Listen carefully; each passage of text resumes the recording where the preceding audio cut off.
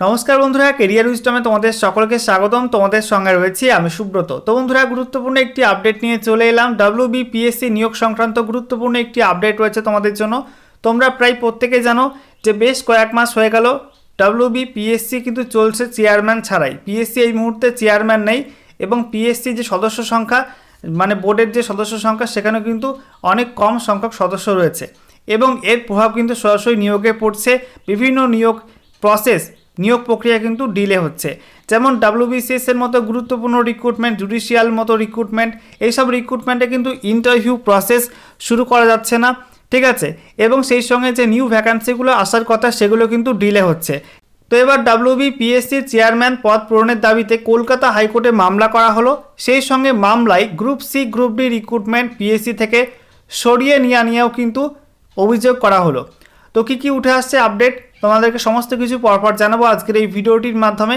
চলো ভিডিওটি শুরু করি। আর তার আগে তোমাদের প্রত্যেকে জানাবো চাকরি সংক্রান্ত নিত্য নতুন গুরুত্বপূর্ণ আপডেট পাওয়ার জন্য চ্যানেলটিকে সাবস্ক্রাইব করে নিও এবং পাশে থাকা বেল বাটনে ক্লিক করে অল নোটিফিকেশন অপশানটিকে অন করে রাখবে। লেটেস্ট আপডেট তোমরা পেয়ে যাবে সবার প্রথমে। ওকে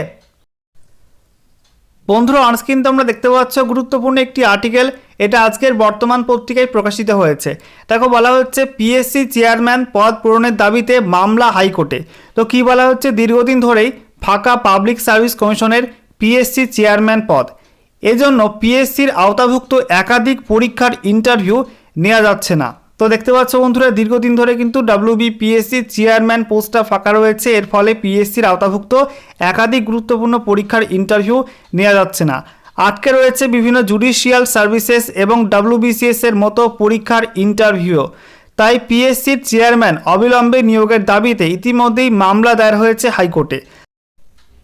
বৃহস্পতিবার তার দ্রুত শুনানির জন্য প্রধান বিচারপতির ডিভিশন বেঞ্চের দৃষ্টি আকর্ষণ করলেন মামলাকারীর আইনজীবী শামীম আহমেদ।